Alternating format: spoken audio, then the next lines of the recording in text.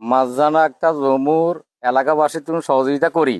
মেয়েটারে আমরা বিয়ে দিছি, বিয়ের আগে ছেলেরা বলছে কোনো যৌতুক লাগবে না, কোনো সাওয়ার ফাওয়ার নাই। মেয়েটা সুন্দর খুবই ডোকি। বিয়ের পরে একটা অনুষ্ঠান বাড়িতে করছে, আবার খুশি দিনে আরেকটা অনুষ্ঠান তার গো বাড়ির দরজা করছে, জাহানার কমেডি সেন্টার।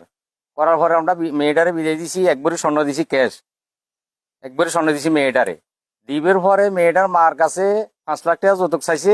মেয়ের মা আমাদেরকে না শুনাই 1 লাখ টাকা কিস্তি নিয়ে 3 লক্ষ টাকা ক্যাশ দিছে ছেলেকে। দেওয়ার পরে ইয়ের পরেও নির্যাতন করছে ভিতরে ভিতরে।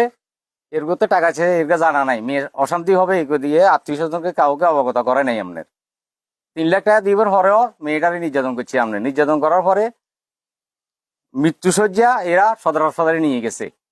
যখন সদর হাসপাতালে গ্রহণ করে নাই, তখন যা মেয়ের মারে ফোন দিছি, আপনার মেয়ে মারা গেছে, সদরে আসেন।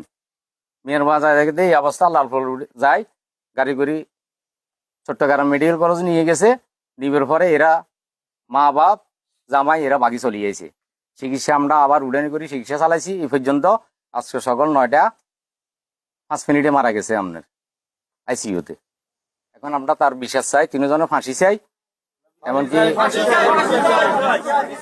বিচার চাই আমরা।